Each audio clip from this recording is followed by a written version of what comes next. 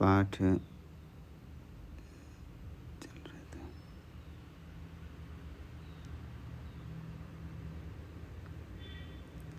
हाँ, यहाँ से चल रहा है। वेद इति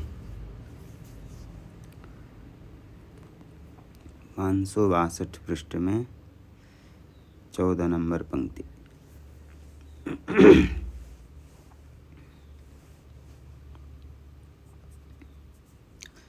उससे पहले भी एक ग्रंथ के अधिकारी के लिए कह रहे थे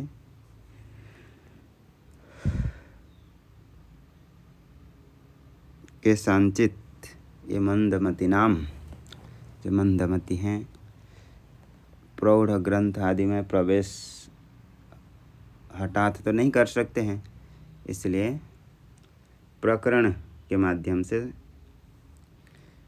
वेदांत तत्व को समझाना चाहते हैं भाष्यकार, इसलिए स्तोत्र प्रकरण ग्रंथों का भी उन्होंने रचना की। तो इसी में प्रवृत्त होने के लिए भी जन्मांतर सुकृत महिमना, जन्मांतर की जो सुकृत है, अनेक जन्म से पुण्य कर्म किया है, उसी पुण्य के प्रताप से, पुण्य प्रभाव से परमात्मा को जानने की जिज्ञासा होती है।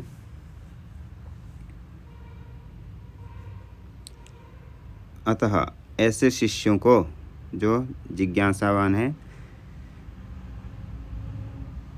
तादृशम एवं अवनतम शिष्यम, जो गुरु के प्रति समर्पित है अथवा परमात्मा के प्रति समर्पित है, अवनतम शिष्यम गुरु उपदिशति, इसे को गुरु उपदेश कर रहे हैं। सोपान आरोहण न्यायेन पुरुषार्थ साधनानि क्रमेण उपदिदिक्षु। सोपान आरोहण न्यायेन, क्रम से, पुरुषार्थ साधनानि, जो पुरुषार्थ के साधन हैं, 4 पुरुषार्थ हैं, उनके जो साधन, उनका भी उपदेश दे रहे हैं। वेद इति, ये भी थोड़े से आगे हो गया था। वेद का क्या है? मंत्र और ब्राह्मण, मंत्र ब्राह्मण और नाम वेद नाम ध्येयत्व।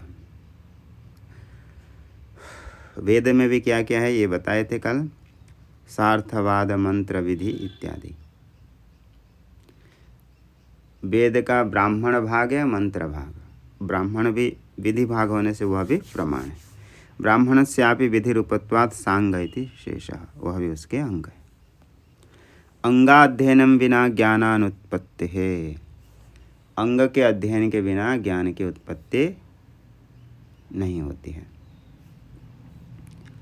अतः सांग वेद अध्ययन करना चाहिए, अंग के साथ वेद का अध्ययन करें, क्योंकि अध्ययन नहीं करेंगे तो अर्थ ज्ञान नहीं होगा, शब्दार्थ ज्ञान नहीं होगा। शब्दार्थ ज्ञान नहीं होगा तो अनुष्ठान वे नहीं कर सकते। अनुष्ठान नहीं करेंगे तो आगे पुरुषार्थ सिद्ध नहीं होगा। अतः पहले अध्ययन आवश्यक है।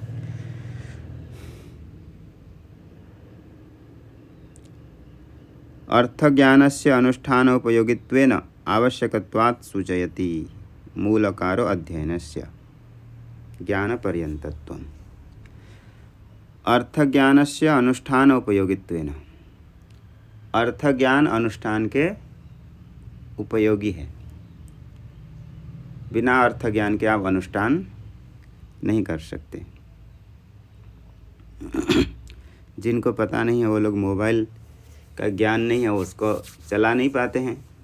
इसी प्रकार जो वैदिक कर्म होगा उसको कैसे कर सकते हैं यदि उसका अर्थ ज्ञान नहीं होगा तो। इसी बात को ध्यान में रखते हुए आवश्यकत्वात् सूचयति मूलकारो अध्ययनस्य ज्ञानपर्यन्तत्वम्। तो अध्ययन कहाँ तक होना चाहिए? ज्ञान पर्यंत तक होना चाहिए। इसके लिए कहे स्वानुष्ठीयताम, सुअनुष्ठीयताम, क्योंकि अर्थ ज्ञानाभावे सुष्ठु अनुष्ठान अनुपपत्ति है। अर्थ ज्ञान के बिना सुष्ठु अनुष्ठान नहीं हो सकता है, सुचारू रूप से, कुशल, यथावत, यथा शास्त्रम यथा विधि ऐसे अनुष्ठान नहीं हो सकता है जैसे आजकल करते हैं पूजा पाठ आदि पंडित जी आदियों से कराते हैं। तो कईयों को पता नहीं होता है, कुछ भी बोल देते हैं। कोई तो शादी ब्याह में गाना भी गाते हैं मंत्र की जगह। तो जिस व्यक्ति अध्ययन कभी किया ही नहीं, तो वह विधि विधान से कैसे अनुष्ठान करेगा। सुष्ठु अनुष्ठानानुपपत्ति है। तो बोले वह अंग क्या है जिसको भी अध्ययन करना चाहिए। अंगानि शिक्षा कल्पो व्याकरणम निरुक्तम छंदो ज्योतिषमिति श्रुति गृहीतानि अंगानि। शिक्षा, व्याकरणम, निरुक्तम, छंद, ज्योतिष। शिक्षा ग्रंथ जिसमें वर्ण आदि की शिक्षा, पाणिनीय शिक्षा, याज्ञवल्क्य शिक्षा इत्यादि, जिसमें वर्णों का स्थान, प्रयत्न इत्यादि का ज्ञान होता है, जिस ग्रंथ से, उसको कहेंगे शिक्षा ग्रंथ। कल्प, जिस ग्रंथों के द्वारा यज्ञ आदि का, वेदी आदि निर्माण के लिए विधान आदि किया जाता है कि किस प्रकार से इष्ट का चयन आदि हो, इस ये ग्रंथ को कल्प।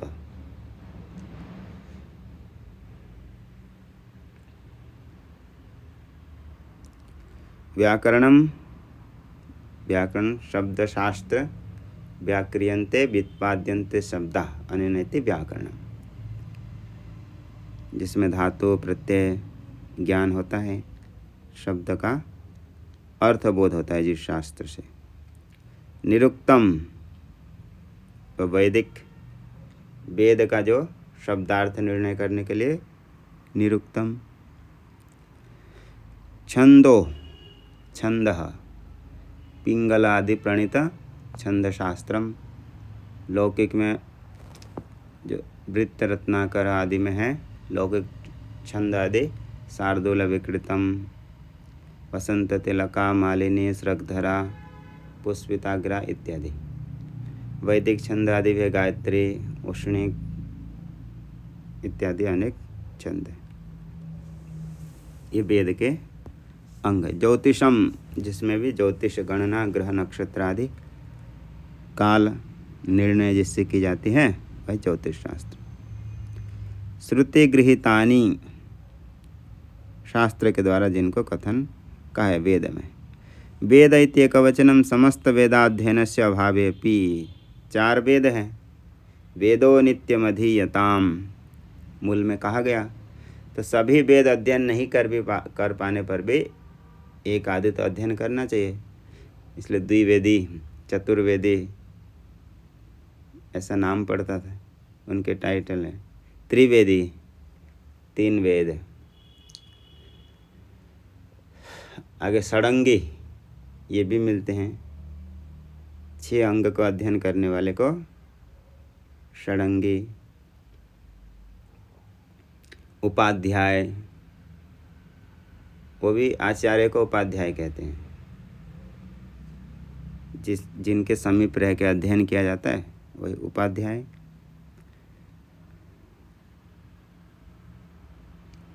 आगे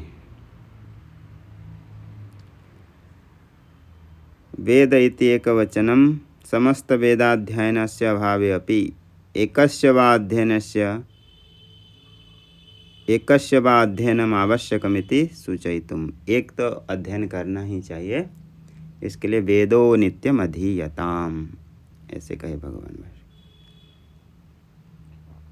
इसी बात को कहीं आया है ये, वेदान अधीत्य वेदौ वा वेदम वापि यथाक्रमम। वेदान बोलने से 4 आ जाएंगे, वेदो बोलेंगे तो 2, वेदम एक वचन। तो यथाक्रमम, यथाक्रम एक आदि का अध्ययन कर लेना चाहिए। अभिप्लुत ब्रह्मचर्य इति, ब्रह्मचर्य शब्द का वेद के लिए भी प्रयोग होता है। ब्रह्म यानी वेद, चरति इति ब्रह्मचर्य, अर्थात जो वेद आदि का अध्ययन करते हैं उसको भी ब्रह्मचर्य कहते हैं। क्योंकि ब्रह्मचारी अवस्था में ही वेद अध्ययन करते हैं, प्रारंभ करते हैं। ब्रह्मचर्य आदि का इंद्रिय निग्रह आदि करना वो भी होते हैं। इति वचनात् एकस्य अध्ययनमिति स्वकुलीनादागतस्य इति द्रष्टव्यम्। अपने कुल से वंश परंपरा से जो प्राप्त है, क्योंकि शाखा होते हैं, अपने अपने शाखा होते हैं, जिनके परंपरा में जिनके वंश में उनके पूर्वज जो शाखा आदि के अध्ययन करते थे उसी का उनको मिलता है स्वाभाविक ही। तो अतः स्वकुलीनादागतस्य अपने कुल के अनुसार प्राप्त है जो वेद आदि का, उसका अध्ययन करना चाहिए। बोले कब कब अध्ययन करना चाहिए? 1 दिन 2 दिन अथवा महीने में 5 दिन? नहीं, नित्यम। वेदो नित्यम सर्वदा विहित काले इति शेषः। जिस काल में वेद का अध्ययन कर सकते हैं उसी काल में अध्ययन करना चाहिए, निषिद्ध काल में नहीं। विहितेतर काले निषेधात्। विहित जो काल है उससे भिन्न काल का निषेध शास्त्र में किया है। जैसे कि अष्टमी, प्रतिपदा, चतुर्दशी इत्यादि में नहीं चलता है। देखिए इसके लिए दे रहे हैं, आचार्यमष्टमी हन्ति शिष्यम हन्ति चतुर्दशी उभौ पंचदशी हन्ति प्रतिपत्पाठनाशिनी मद्बोधने मच्छयने मदंग परिवर्तने स्वाध्यायं न प्रकुर्वीत मन्वादिषु युगादिषु।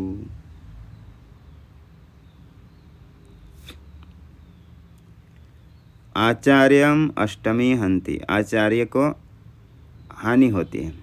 कब? अष्टमी। अष्टमी में अध्ययन करने से। शिष्यम हन्ति चतुर्दशी। चतुर्दशी में अध्ययन करने से शिष्य की हानि। उभौ पंचदशी हन्ति। पंचमी में अध्ययन, पंचदशी पूर्णिमा में दोनों की। प्रतिपत् पाठनाशिनी।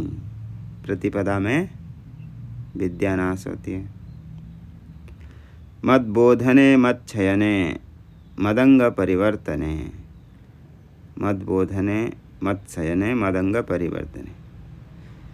जैसे कि सरस्वती शयन आदि होता है उसमें, अथवा जिस दिन उठते भी होंगे तो मद्बोधने मत्शयने सरस्वती शयन इत्यादि स्थिति पर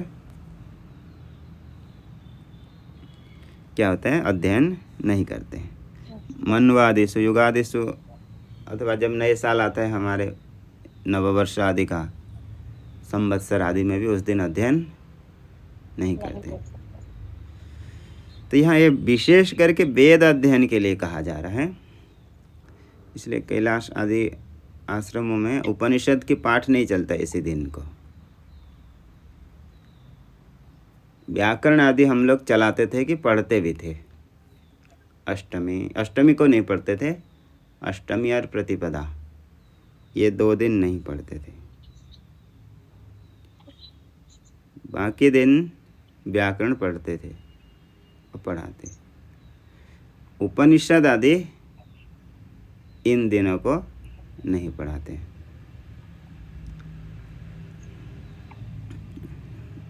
आगे इत्यादि वचनात् अधियताम त्वया वा इति शेषः। तुम्हारे द्वारा शिष्य को उपदेश दे रहे हैं तो वेदो नित्यम अधीयताम त्वया अधीयताम, कि तुम्हारे द्वारा अध्ययन करना चाहिए। कब? नित्य।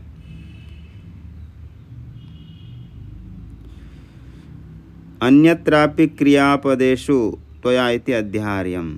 अन्यत्र भी क्रियापद का अध्याय कर लें। त्वया अध्ययतम, वेदो नित्य त्वया अधीयताम तदुदितम कर्म त्वया अनुष्ठीयताम, तुम्हारे द्वारा अनुष्ठान करना चाहिए, ऐसा समझना। श्रुतिश्च स्वाध्याय अध्येतव्य इति अध्ययन कर्तव्यताम दर्शयति, कि अध्ययन करना चाहिए इसके लिए कहाँ पर आया है? तो इसके लिए श्रुति दिखा रहे हैं स्वाध्यायो अध्येतव्य, स्वाध्याय का अध्ययन करना चाहिए। ततश्च अधीत अंगात वेदात तदर्थ ज्ञानम जातम। बोले यदि हमने वेद अध्ययन किया अंग के साथ, उससे हमें अर्थ का ज्ञान हुआ, उससे क्या होगा? ऐसा मन में यदि शिष्य के मन में संशय है, ततो मम किम स्यात् इति कांक्षमाणम शिष्यम प्रति। ऐसे इच्छा रखने वाले, संशय करने वाले शिष्य के प्रति आगे कह रहे हैं गुरु, तदुदितम कर्म स्वनुष्ठीयताम। वेदोदितम शास्त्रोदितम कर्म अनुष्ठीयताम। शास्त्र में जो कर्म कहा है विहित कर्म आदि, उसका अनुष्ठान करना चाहिए। मूल में ये बता दिए। तदुदितम यानी तेन अधितेन वेदेन उदितम विहितम कर्तव्यतया प्रतिपादितम इति। जो तुम्हारे कर्तव्य के रूप में प्रतिपादन किया गया है कर्म, उसी वेद शास्त्र के द्वारा उसका अनुष्ठान करना चाहिए।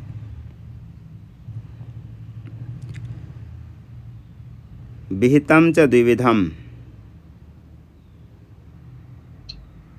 और विहित कर्म भी दो प्रकार के हैं, एक प्रत्यक्ष विधि विहितम और अनुमेय विधि विहितम च। और विधान क्या हुआ? कर्म भी कहीं कहीं साक्षात विधान होता है। आगे आगे आपके माइक ऑन है।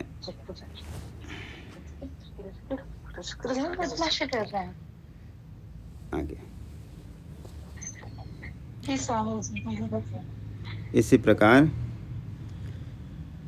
विहितम च द्विविधम, प्रत्यक्ष विहितम अनुमेय विधि विहितम च। अनुमान के द्वारा विधि के विहित है। अर्थवादोन्नेय विधि विहितस्यापि सत्वाद, और अर्थवाद के द्वारा भी विधान किया जाता है इति सत्वाद। बताए थे कल के पाठ में, जैसे वायुर्वेग क्षपिष्टा देवता, स्वयं तो अर्थवाद का कोई अर्थ नहीं है, लेकिन वो ऐसा विधान हो जाएगा कि वायु शीघ्रगामी देवता है। इस प्रकार के उसका विधि वाक्य के साथ एक करना पड़ता है। कर्म नित्य नैमित्तिक प्रायश्चित रूपम। कर्म भी कितने प्रकार? जो नित्य, नैमित्तिक और प्रायश्चित आदि। नित्य कर्म अग्निहोत्रम इत्यादि है ये नित्य कर्म। और नैमित्तिकम जात पुत्र श्राद्ध इत्यादि, पुत्र उत्पन्न हुआ, श्राद्ध आदि कर्म करना नैमित्तिकम। और प्रायश्चित्तम पाप क्षय के लिए चांद्रायण व्रत आदि, यह हो जाएगा प्रायश्चित्तम। इन सभी कर्मों को शास्त्र के द्वारा जो विधान किया गया है, इसको अनुष्ठान करना चाहिए। काम्य कर्म त्यागस्य च काम्ये मतिस्त्यज्यताम इति उक्तत्वात्। और काम्य कर्म का तो त्याग करना चाहिए, ये आगे कहेंगे अगले श्लोक में। नित्यम च कर्म द्विविधम श्रोतम स्मार्तम च। नित्य कर्म भी दो प्रकार के हैं, श्रौत कर्म और स्मार्त कर्म। वेद में कहा है, कहीं स्मृति में कहे हैं इत्यादि। आद्यम अग्निहोत्रादि, श्रुति में क्या कहा गया है? अग्निहोत्रादि। और स्मृति में जो ऋषियों आदि प्रणीत ग्रंथ है, उसमें उपासना आदि।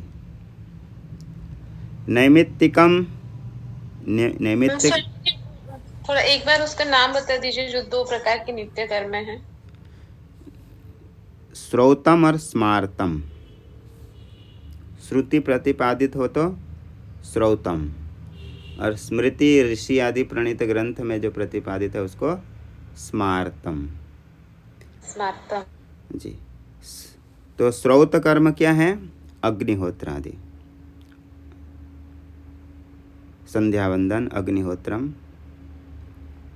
और द्वितीय हो गया उपासना, जो कहा गया, ये स्मृति आदि में कहा है। नैमित्तिकम स्कन्न होम उपराग स्नान आदि। नैमित्तिक कर्म क्या है? जैसे कि होम आदि का विधान है, लेकिन कोई व्यक्ति किया नहीं, आलस्य कर देते हैं, तो फिर उसके पाप आदि होता है, उसके निमित्त से फिर अलग से कर्म करना पड़ता है। उपरागा स्नान आदि, ग्रहण के बाद जो स्नान है, ये हो गया। प्रायश्चित्तम च नैरित पशु आलम्बन आदि, कोई पशु आलम्बन आदि होंगे देवता आदि के लिए, ये हो गया प्रायश्चितम। प्रायश्चित दूसरे कर्म स्पष्ट है, जैसे चांद्रयान व्रत आदि प्रायश्चित कर्म करते हैं। स्वानुष्ठीयताम यानी सुष्ठु अनुष्ठानम च कर्मणाम सांगतया अनुष्ठानम एवं। इन सभी कर्मों का सुष्ठु रूप से अंग के साथ अनुष्ठान करना चाहिए, क्योंकि अंग वैकल्य च कर्मणाम सुष्ठुत्व अनुपपत्ति है। कोई भी कार्य के लिए उसके जितने अंग है, विधान है, उन सभी को यथायथ अनुष्ठान करना चाहिए।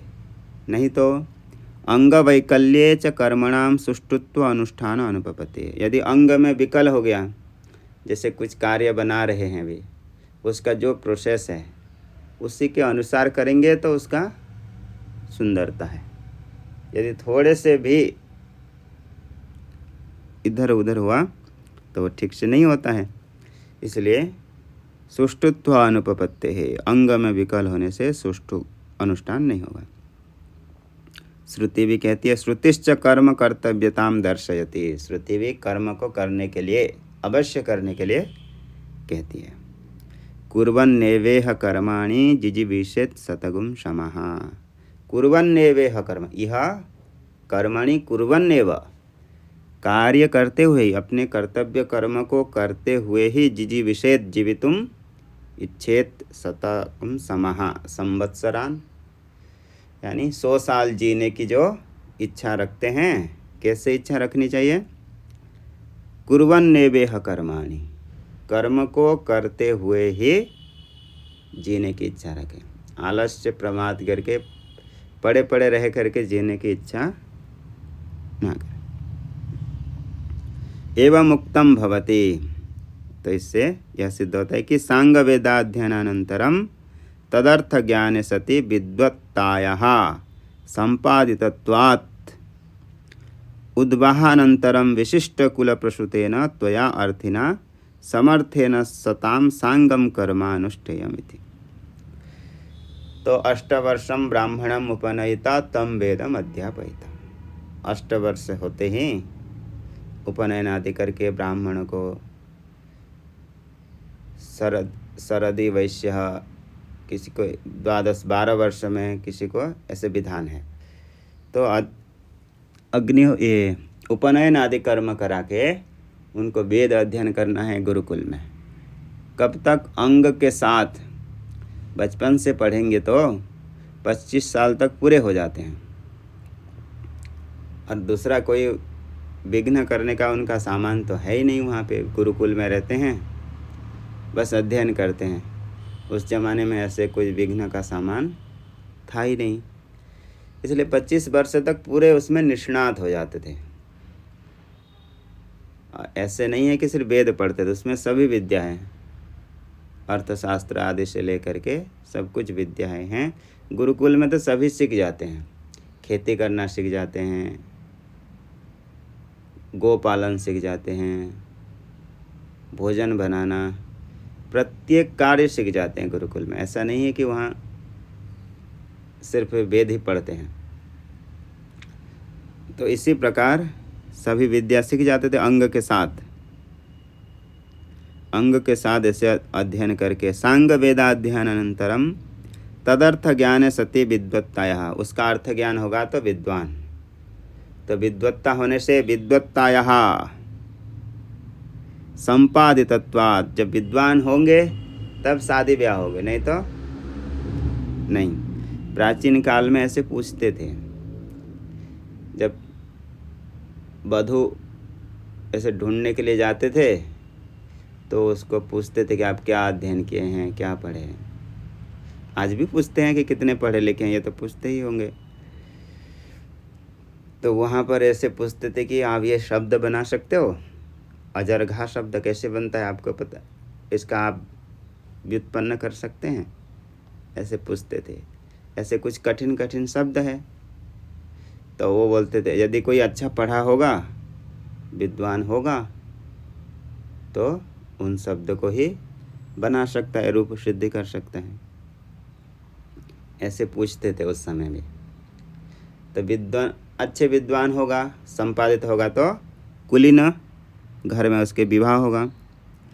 तो संपादितत्वात् उद्वाहानंतरम, विवाह के अनंतर विशिष्ट कुल प्रसूतेन त्वया, तुम जो विशिष्ट कुल में प्रसूत हुए हो, त्वया अर्थिना समर्थेन, तुम अर्थी भी हो, चाहते भी हो कर्म करने के लिए, और समर्थ भी हो। कि यदि लंगड़ा होगा, अंध होगा तो वो अधिकारी नहीं होता है कर्म के, क्योंकि वो व्यक्ति कैसे परिक्रमा करेगा, कैसे उसमें आहुति डालेगा, ये नहीं हो सकता है, निषिद्ध नहीं होना चाहिए।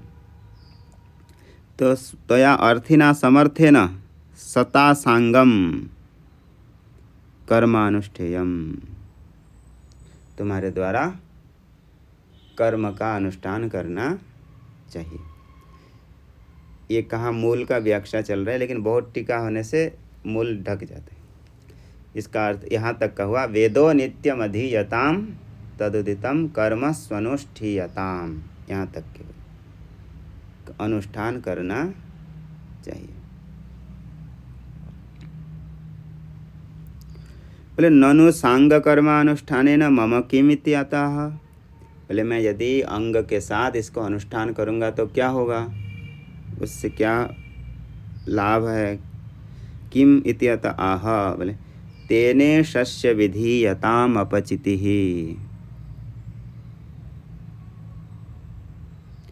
काम्य मतिस्त्यज्यताम, ये मैंने बोल दिया था अगले श्लोक में, नहीं इसी श्लोक में ही आएगा आगे।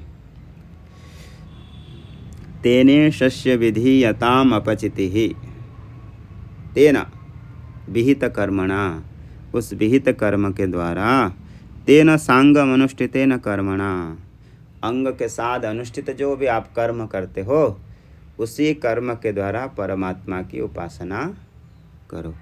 स्वकर्मणा तमभ्यर्च सिद्धिम विन्दते मानवः, अपने कर्म के द्वारा भी परमात्मा की उपासना करते हुए सिद्धि को प्राप्त करता है। भगवान गीता में ऐसे कहते हैं, कहे हैं, स्वकर्मणा तमभ्यर्च, तम परमात्मानम अभ्यर्च, उपासना करके सिद्धि को प्राप्त कर सकते। व्यक्ति यदि अपने कर्तव्य कर्म को निष्ठापूर्वक करे, परमात्मा में समर्पित करके, तो उसी से भी उनकी कृपा होती है। तेने शस्य विधीयताम अपचितिः, क्योंकि अपने कर्तव्य कर्म को ठीक से निर्वाह करने से समाज का लाभ ही होता है, कल्याण ही होगा। कोई शिक्षक है, यदि अपने कर्तव्यता को ठीक से निर्वहन करके अध्ययन कराएगा तो बहुत बालकों का कल्याण होगा। तो इसी प्रकार जब हम समाज के कुछ उपकार करते हैं तो परमात्मा की कृपा तो होगी। आगे, तेने सस्य विधीयताम तेन सांगम अनुष्ठितेन कर्मणा ईशस्य परमेश्वरस्य अपचितिः पूजा विधीयताम, विधानेन क्रियताम, विधिपूर्वक करें। त्वया कुर्यताम, त्वया विधीयताम, तुम्हारे द्वारा, उन्हीं कर्मों के द्वारा परमात्मा की पूजा उपासना करने चाहिए।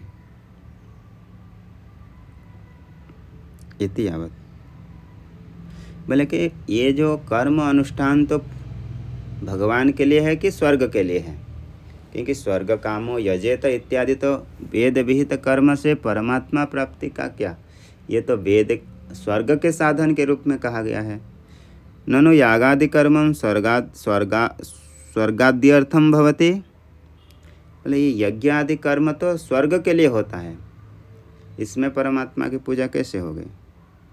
क्योंकि शास्त्र में आया है स्वर्ग कामो यजेत, ज्योतिष्टो में न स्वर्ग कामो यजेत।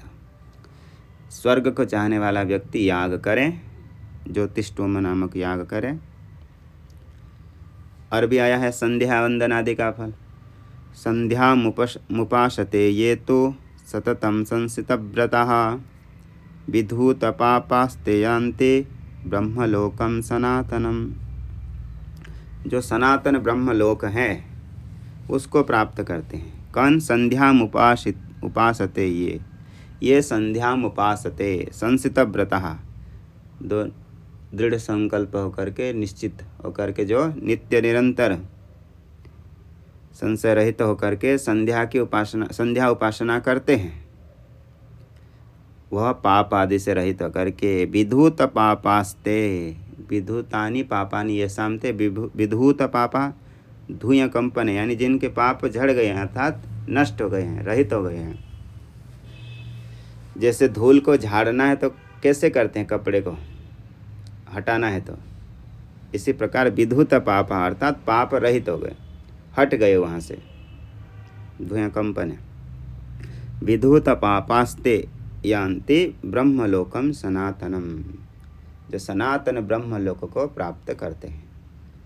इसी के द्वारा तो संध्या बंधन कर्म, इनको तो स्वर्ग के साधन, ब्रह्मलोक के साधन कहा गया है। इसके द्वारा परमात्मा की उपासना कैसे होगी? इति श्रुति स्मृतिभ्याम अतः तस्य कथम पूजार्थत्वम। तो ये पूजा के लिए कैसे हुआ? कौन? संध्या वंदन या याग आदि, ये तो कुछ फल के लिए हो रहा है। तो उसके लिए कहेंगे और बता रहे कि अन्यार्थस्य अन्यार्थत्व अनुपपत्ति। एक वस्तु दूसरे के लिए है तो वह अन्य के लिए नहीं उपयोग हो सकता। याग आदि कर्म स्वर्ग के लिए है, संध्या बंधन ब्रह्मलोक आदि जा रहे हैं, तो उसी से परमात्मा की पूजा कैसे होगी? अतः अभी बताएंगे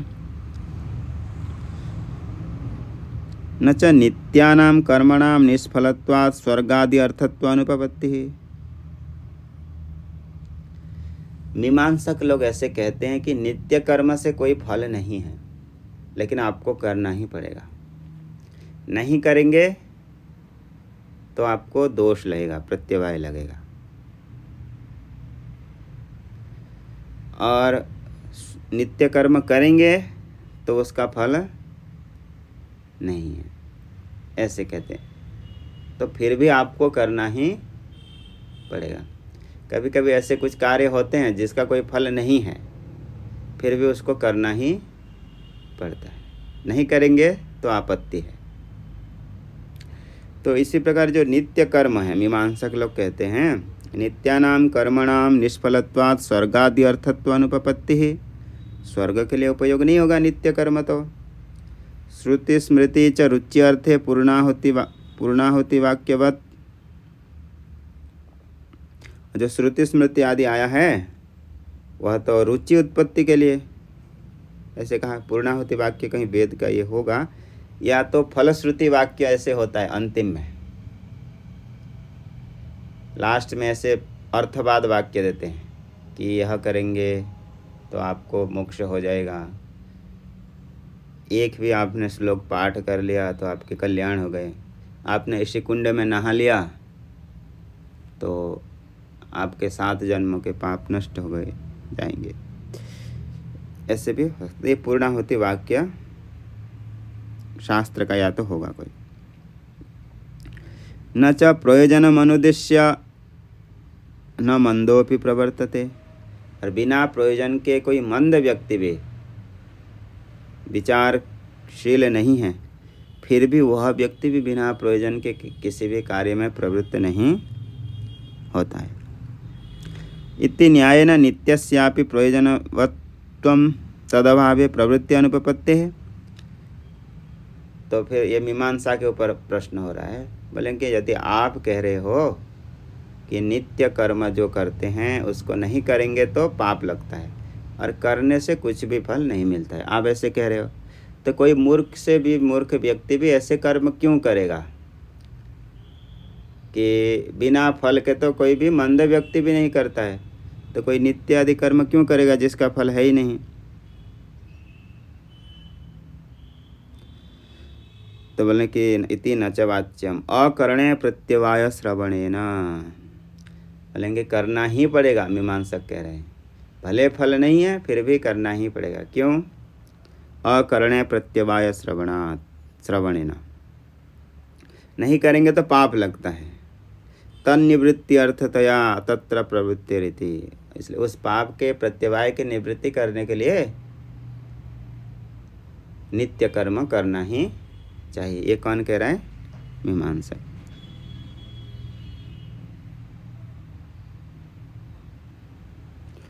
ये विषय इसीलिए चल रहा है कि मूल में आया कि इन्हीं कर्मों के द्वारा परमात्मा की उपासना करनी चाहिए, पूजा करनी चाहिए। तो संशय हुआ था कि परमात्मा की पूजा के लिए तो ये सारे कर्म विधान नहीं हैं, ये तो स्वर्ग आदि के साधन हैं अथवा ब्रह्मलोक के साधन हैं, तो इसको परमात्मा की पूजा के लिए कैसे उपयोग करेंगे। और भी पूछ रहे कि जो ये नित्य कर्म आदि का तो कोई फल भी नहीं होता है, तो इसको कोई व्यक्ति क्यों करेगा। तो बोले कि नहीं करेंगे तो प्रत्यवाय होगा, इसलिए।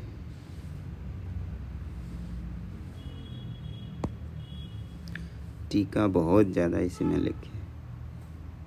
स्वामी जी, ब्रह्मलोक क्या सनातन है? वो तो ब्रह्म जी के मृत्यु के बाद वो भी लय हो जाता है। हाँ, तो सांख्य में बताते हैं ना कि सनातन यानी कहीं कहीं गौण प्रयोग है, अर्थात जैसे बहुत समय तक है, लंबे समय है। ब्रह्मा जी का एक समय पूरा होना कितने समय है, हमारे तो कल्पना से भी परे है मानिए, इसलिए उसको सनातन भी कह सकते हैं। आभूत संप्लवम स्थानम अमृतत्वम ही भाष्यते, बहुत समय तक सभी भूतों के नाश नहीं होने तक वो नाश नहीं होते हैं, इसलिए भी अमृत का है, सनातन ऐसे कहते हैं। और ऐसा है कि ब्रह्मलोक प्राप्त करने से आगे ज्ञान हो ही जाता है लगभग, क्योंकि वहाँ से यदि थोड़े से भी मतलब वैराग्य हो तो वहाँ ब्रह्मा जी ही उपदेश करके ज्ञान हो ही जाता है। वहाँ से जाने के बाद बहुत ही कम ऐसे होते हैं कि वापस, इसलिए ब्रह्मलोकम सनातन, सदा तो नहीं है, सनातन तो नहीं। आगे करेंगे कल। ओम पूर्णमदः पूर्णमिदं पूर्णात्